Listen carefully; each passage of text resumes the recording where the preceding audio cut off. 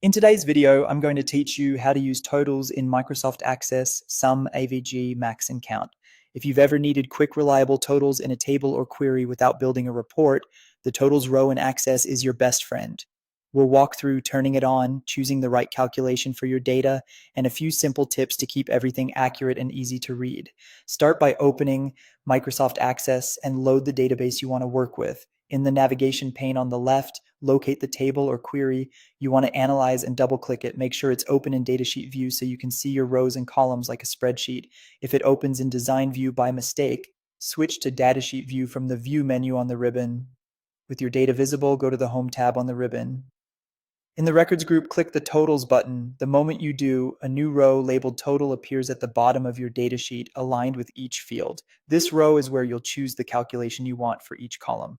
Think of it as a live summary that updates as your data or filters change. Click directly in the total row under the field you want to summarize. When you select that cell, a small drop-down arrow appears.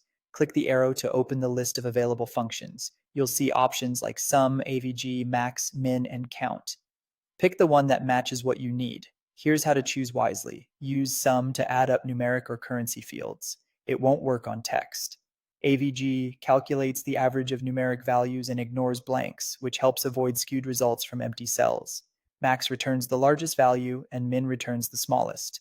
Both work on numbers, dates, and even text, where they use alphabetical order. Count is perfect when you need how many entries are in a field. For text fields, count tallies non-blank entries, while for numbers it counts the number of values present. If you're summarizing dates, max and min are great for finding the most recent or earliest entry. A couple of tips will make this even more powerful. Apply any filters before or after turning on totals, and the results will instantly reflect only the visible records.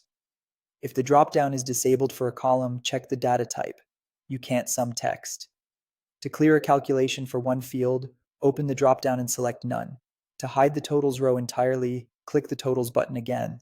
And when you're done, save the table or query layout so Access remembers your totals choices for next time. That's all it takes to get fast, accurate summaries right inside your datasheet.